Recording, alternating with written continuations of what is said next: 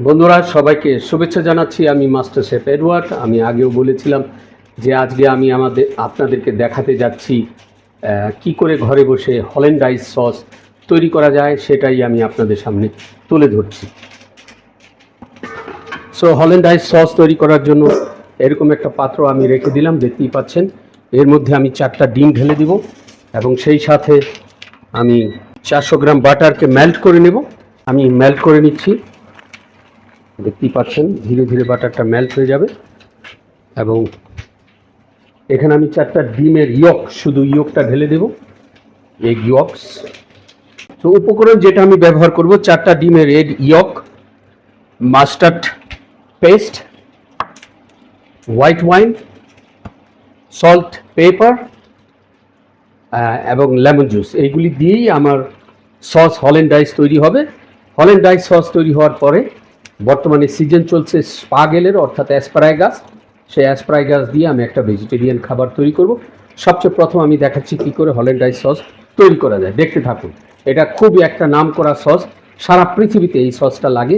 Continental খাবারের মধ্যে সব জায়গায় এই সসের ব্যবহার আছে। আমার এরকম একটা উইশ লাগবে।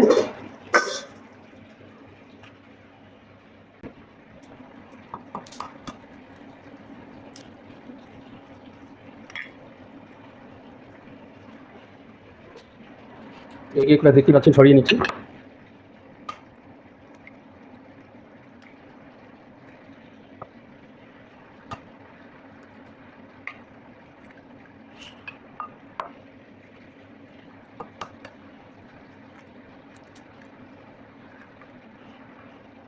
তো আমার বাটার মেল্ট হয়ে গেছে, এতটুকু বাটার দিয়ে আমার সসটা তৈরি হয়ে যাবে।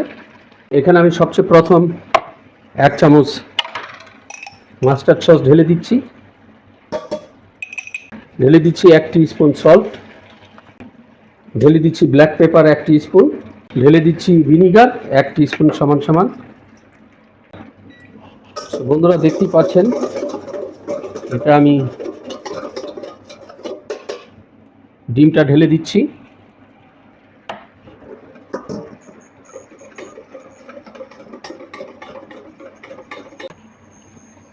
ধীরে ধীরে মেল্টেড বাটারগুলি আমি ঢেলে দিচ্ছি একের পর এক, দেখতেই পাচ্ছেন।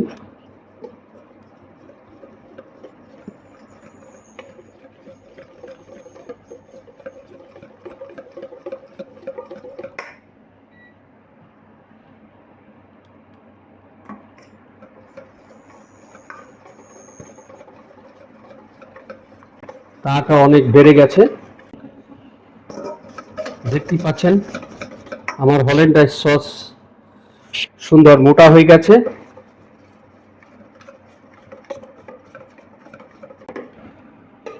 একটু হোয়াইট ওয়াইন ঢেলে দিলাম যাতে কালারটা আরো সুন্দর আসে।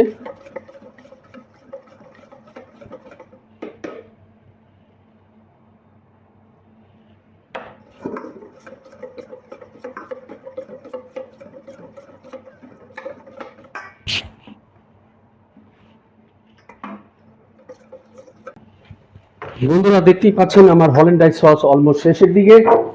তো এই সসটা যদি ভালো লাগে, লাইক ও শেয়ার করতে ভুলবেন না।